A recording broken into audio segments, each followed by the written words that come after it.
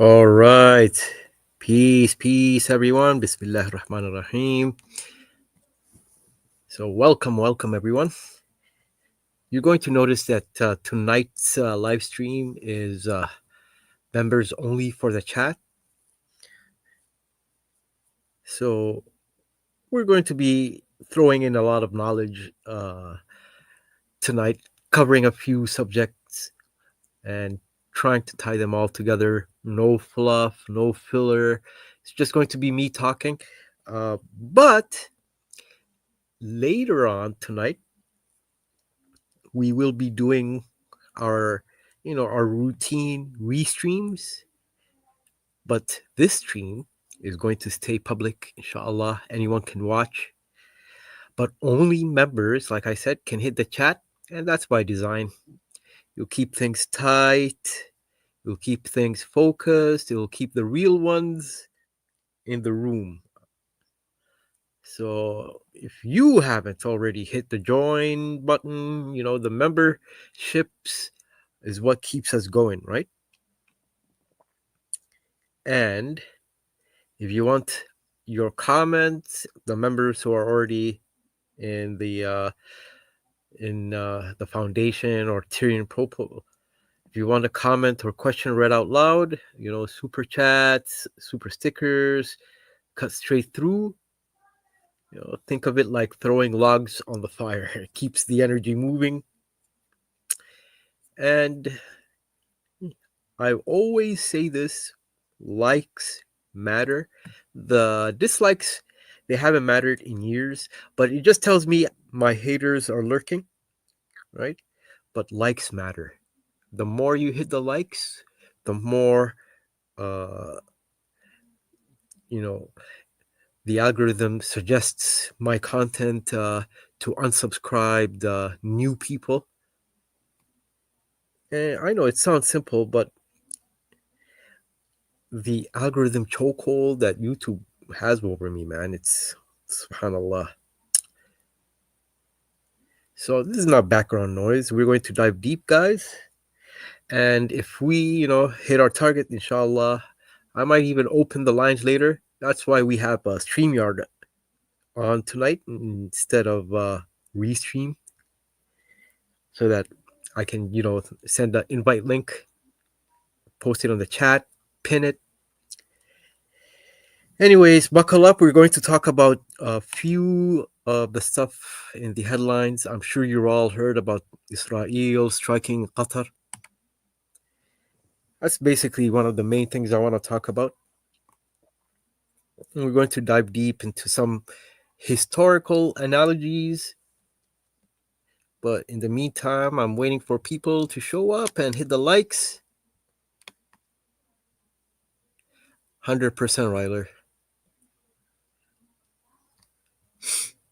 100%.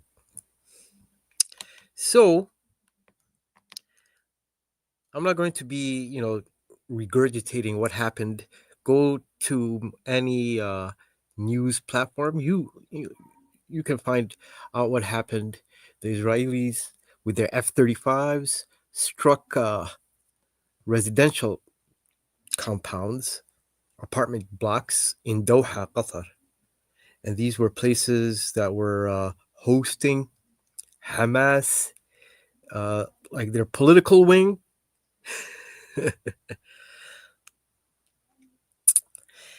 Anyway, if you are an OG, you know we are not wavering from our thesis, our main talking point, and that is the Anglo-American realm. They're dismantling Israel, and we're witnessing this manifest in so many ways. And the blind rage of Netanyahu, right, and the unison, the condemnations from the world over is a response to his behavior, is proof that these are actions meant to vilify and villainize, and like a comic book villain type presentation of the Zionists, right? I am now convinced Zionism itself is going to be dismantled. I think Zionism served its purpose. I think they're going to dismantle Zionism. But that doesn't mean, it's all roses. No, whatever is going to replace Zionism, it's going to serve, you know, the New World Order's agendas, just as Zionism served it. And, I think all the satanic panic types, the Christian whistleblower types who talk about the uh, Noahide laws and all that stuff, I think they have something. I think they're hitting close to the home run. I think whatever is going to replace Zionism will utilize the Abraham Accords, and you're going to see Arabs who look like Arabs, who speak Arabic, wearing Arabic clothes, right? Cheerlead on whatever this new ideology, belief system, uh, aesthetic that will replace Zionism, right? Uh, Now, keep in mind, it wasn't only Qatar that was hit. There was a flotilla on its way to Gaza, and before it even left its dock in Tunisia, all the way in North Africa, it got hit. It got hit by the Israelis, and if that doesn't show you that Greater Israel already exists, I don't know. Greater Israel is bigger than the you to the Euphrates and the Nile, right? Greater Israel is all the way to Morocco, right? It's all the way to Qatar, right? From the Persian Gulf to the Gibraltar Straits. That's Greater Israel, basically, right? So even though Greater Israel already exists, the manner that this Netanyahu character conducted his strikes, ordered his strikes on Qatar, that recklessness has a key detail, and I've already mentioned it, and that is the US immediately disavowed from the strike. And then they even said, oh, I posted in the server, they warned Qatar beforehand, oh, hey guys, these crazy Israelis, they're going to do something, right? They already warned the Qataris beforehand. So with this strike, by the way, they failed to kill the targets that they were going after. Khalid Mish'al, right? The top Hamas figureheads who are in Qatar, they failed to kill them. They got lower level Hamas uh, members, political attaches, and something tells me maybe this was something agreed upon in the back rooms. But right, the important thing is Israel is being positioned as this uncontrollable liability with blind rage, and how the world responded to it, combined with how the Americans disavowed the act, just tells me it's all part of the vilification. And not only that, this will give the Qataris, uh, once the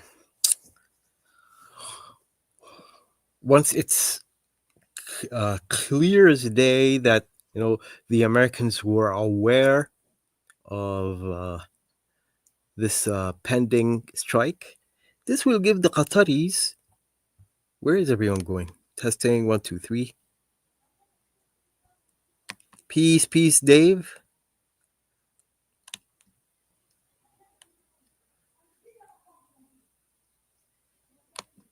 Study up on the Noahide laws. You guessed it, 7 of them. Just wait till you see all the dingbats looking stupid. They all thought they had power until the one takes it all from them. They will be the misled sheep, all bending a knee one by one and bowing to the New World Order. They will become one with the body of the Antichrist. Wow. I bet you Dave wrote that before I even mentioned the Noahide laws. Since the fall of Rome, Dave, they've been planning this. They're almost done. I agree, Ryler. This this uh, project will not end with the dismantlement of Zionism and Israel, and I definitely believe that Zionism itself will be dismantled. Right? I don't like repeating myself, but you know, hammering in foundational concepts is good because this will be for the record. I do believe they are going to dismantle Israel in its current format. They're going to dismantle Zionism in its current format. You're going to see, as a matter of fact, the uh, the withering of a lot of Judaism, like Reform Judaism, all that. It's gonna go out the garbage bin of history. A lot of Jews will revert back to not revert, but convert to Christianity. You're going to see a lot of the Ashkenazis definitely be like Jews for Jesus and even become evangelical or Presbyterian or stuff like that. 100%. Uh, the Hasidim and the more Mizrahi, Middle Eastern Jews will be the remnants.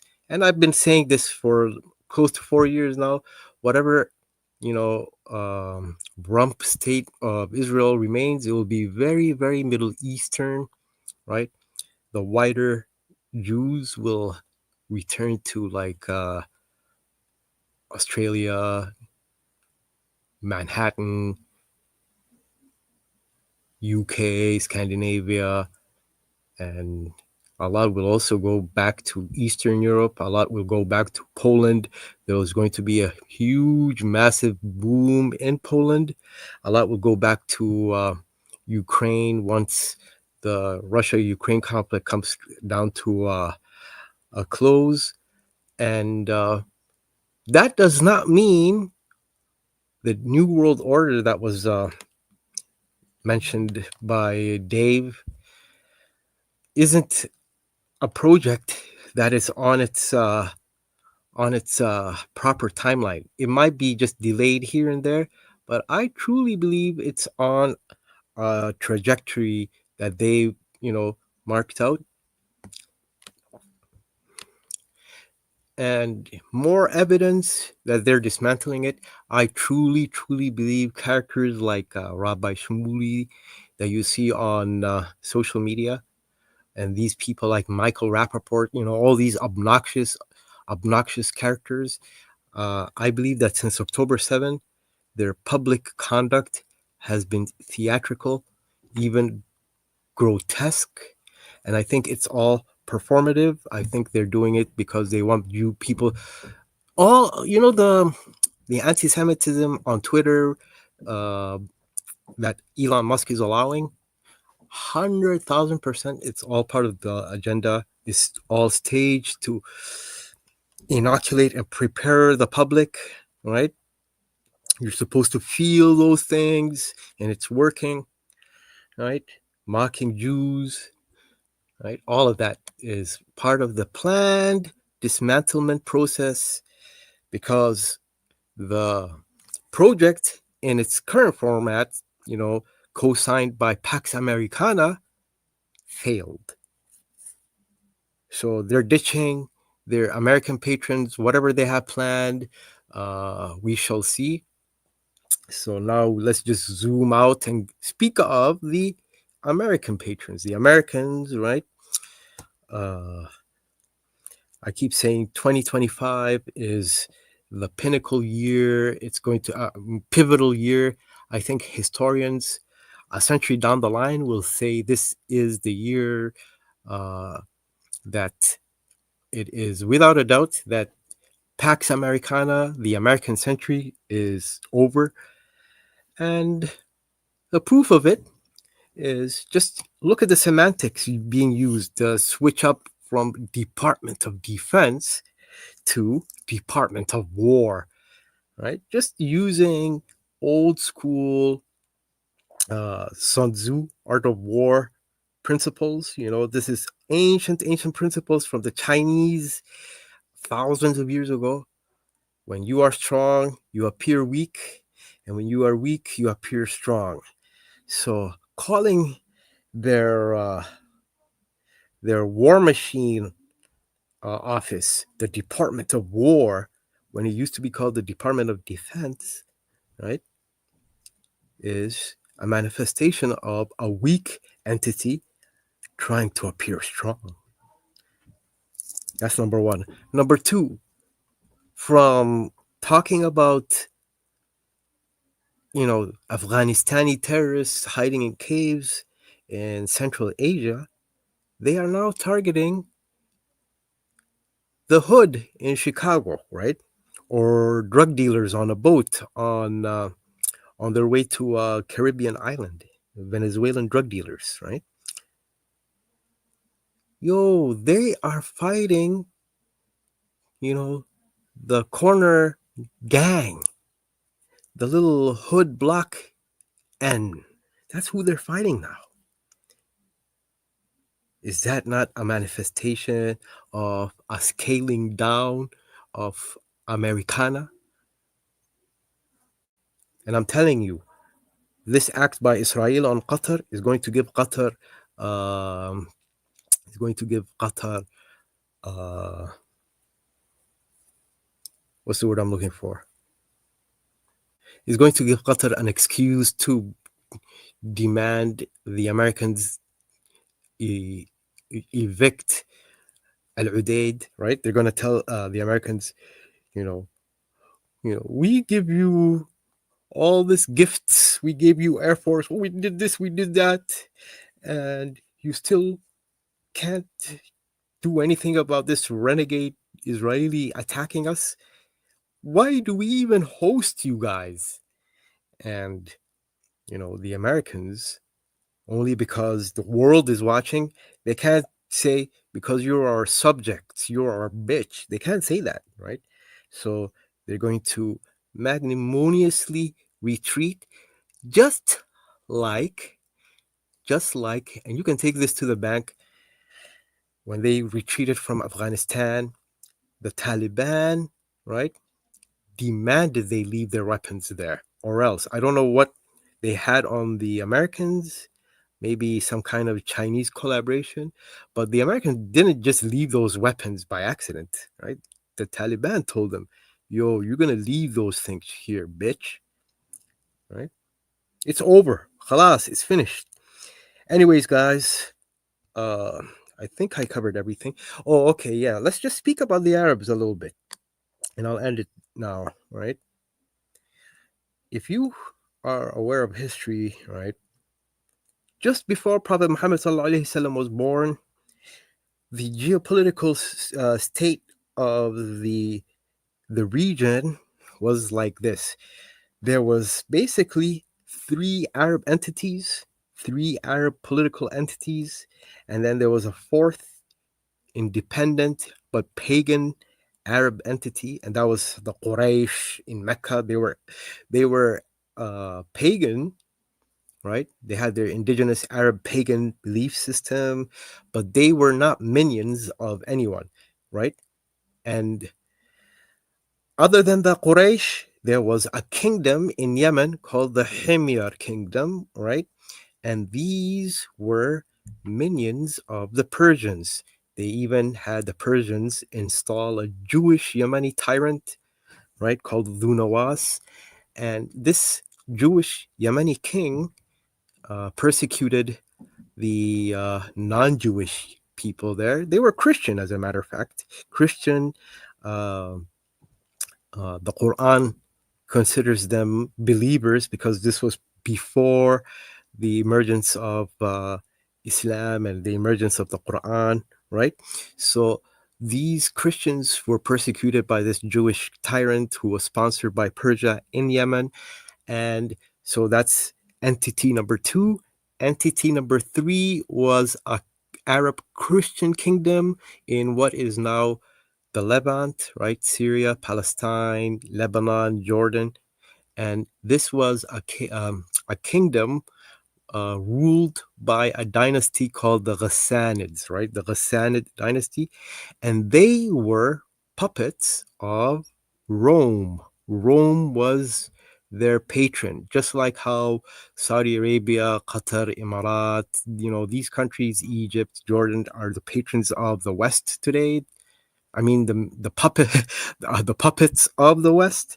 So this kingdom, this Arab Christian kingdom, and it was following the Byzantine Church, right? It was reporting to, or their archbishops were uh, picked by Constantinople, Antioch, etc., right? And basically, when Constantinople said jump, the Ghassanids said how high. As a matter of fact, they were sicked on the Hey Zuhur! Ha! Ha, okay. Mabahisa. Okay. Okay. So they were sicked on the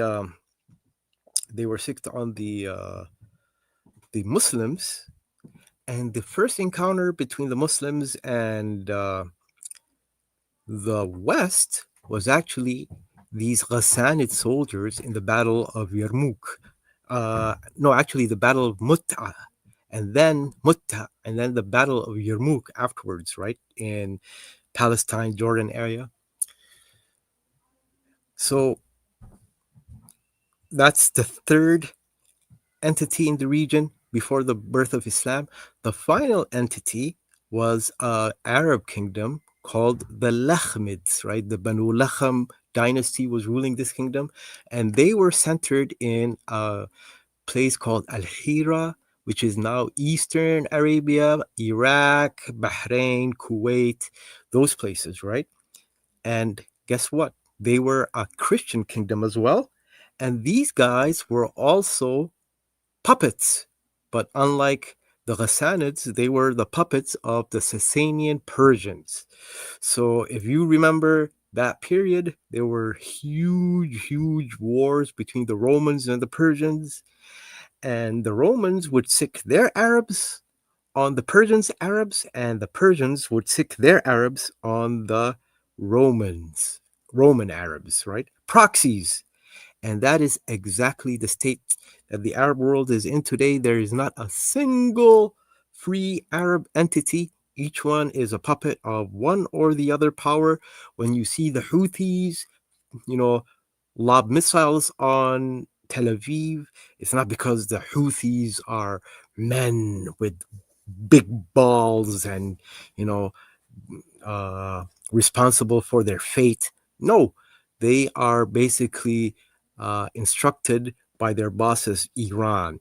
And the uh, when you see the Gulf Arabs react the way they do, it is because they are puppets of America, and they can't really, they don't really have a say. It's almost like what we're witnessing is, if we reduced it to, if we humanize or anthropomorphize the dynamic, the Arabs are all women, they're all girlfriends, and their boyfriends are pimps and thugs. So the Saudis and the Egyptians, the Jordanians, their thug boyfriend is America, right? And the Hezbollah, Houthis, the militias in Iraq, their boyfriend is Iran, right? And what we saw today was Qatar, the girlfriend Qatar, who, by the way, is okay. Let me just make the analogy even funnier. So there's, the Egyptians, the Jordanians, the Saudis, the United Arab Emirates. These girlfriends, you know, they twerk and they do everything, right? They twerk, they do everything. Qatar, she wears the hijab, but she's cheating, right? The Egyptians, the Saudis, they're twerking, right? They're wearing like really revealing clothes and all that, but they're loyal to the Americans, right? The Qataris, she's wearing the hijab, but she's cheating. She's cheating with the Turkish boyfriend behind the back. Well, the American is kind of he's kind of an old thug, so he knows that the Turkish guy is also sleeping with his Qatari girl, right? And but what happened today was uh the Zionist faction in this thug unit, right?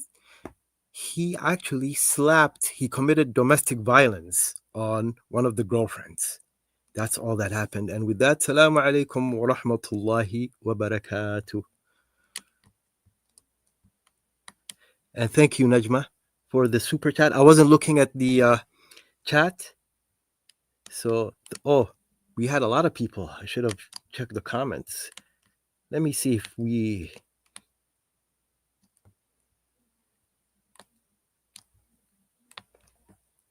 Dave, Tron Ares comes out October 10th.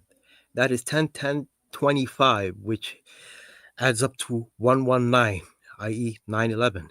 The idea of the computer AI, in this case, the Antichrist character, comes alive or is presented, generated.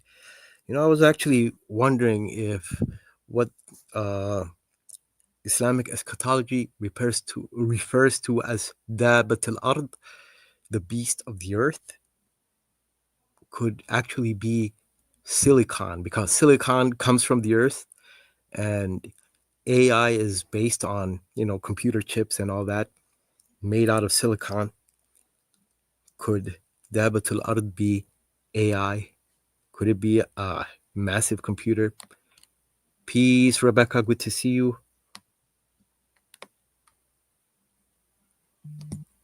Professor Jiang talked about this. That guy is a Chinese Fed.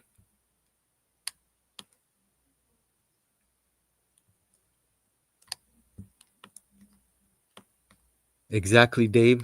The so-called wars, which are really more or less, plays agreed on in the back rooms. And with that, this time, Salam alaikum wa rahmatullahi wa barakatuh.